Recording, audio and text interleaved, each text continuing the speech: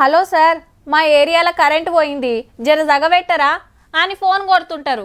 అవునమ్మా, మీ పక్క వాడలా ట్రాన్స్ఫారం వేలింది, సగబెట్టినాక వస్తుంది అని చెప్తారు అవతలోళ్ళు. సరే అని గంట సేపు ఓపిక బట్టి రాకుంటే మళ్ళా ఫోన్ కొడతారు.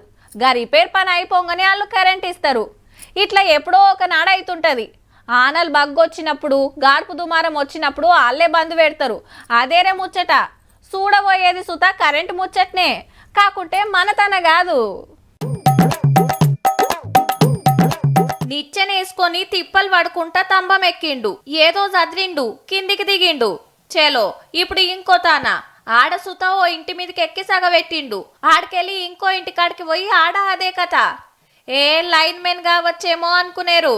కాదు కాదు, ఉత్తరాఖండ్ రాష్ట్రంలో కాంగ్రెస్ ఎమ్మెల్యే పేరు వీరేంద్ర మళ్ళా కరెంటు కలుపుతలేడు, ఇండ్లకు తీసేసిండు.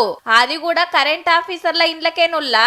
ఆవు ఊకుకే పవర్ కట్ అయితుంటే పబ్లిక్ ఎన్ని మాటలు చెప్పినా పట్టించుకుంటలేరట.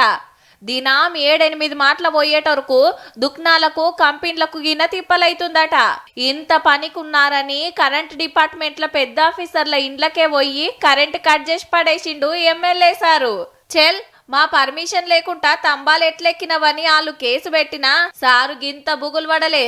ఆఖరికి ఏమైతుందో గాని కుద్దు ఎమ్మెల్యే సారే వచ్చి కరెంట్ ఇయని కరెంటోళ్ళ ఇండ్లకు కనెక్షన్ కట్ చేసుడే. సూపర్ పొన్రి.